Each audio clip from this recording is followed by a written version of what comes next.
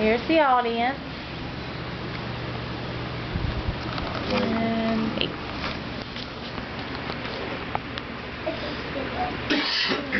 Alright, in the world of criminal profiling, criminal profilers are the ones that are responsible for locating a criminal. They research and study the evidence, and they also research the criminal's background. And criminal profiling is basically consists of two jobs, one of a psychologist and one of an investigator. And also, as a psychologist, you must be able to get into the criminal's mind, diagnose their psychological problems, and help both perpetrators and victims to re-enter society as changed new people. So helping a victim is basically helping them cope with what's happened to them, and that's what we call the restorative justice system. As an investigator, you get to go and investigate the crime scene, study the evidence, and then you research criminals' backgrounds and track them down. And then there are several different theories that you must go through. First one is the classical theory, which is basically religious and spiritual factors. Back in the Puritan ages, they used this theory for saying whether someone was a witch or anything of that nature. And then there's the positivist theory, which studies the causes of crimes. And then today, we have the biological theory, the psychological theory, and the sociological theory. Biological is saying that criminality is hereditary, which means basically if your mother or father was a criminal, it's likely that the child will be a criminal too. In psychological theories, it's based on their psychological behavior. For example, everyone, I'm pretty sure, knows the case about Lizzie Borden, the girl who had allegedly killed both her father, and her mother with an axe.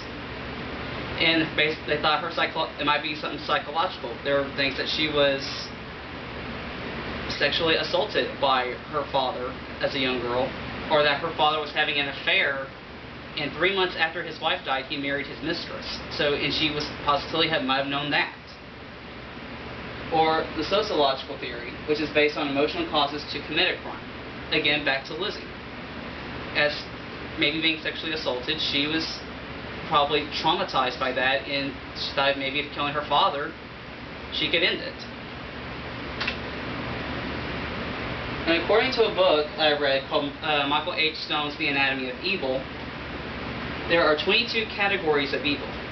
I don't have time to list them all, but they range from killing in self-defense, impulsive murders, psychopathic murders, and sadists being the highest. In today's society, we have different medias that discuss different cases. For example, there are 3 illicit TV shows. True Crimes with Aphrodite Jones, starring Aphrodite Jones. She is an author of different novels.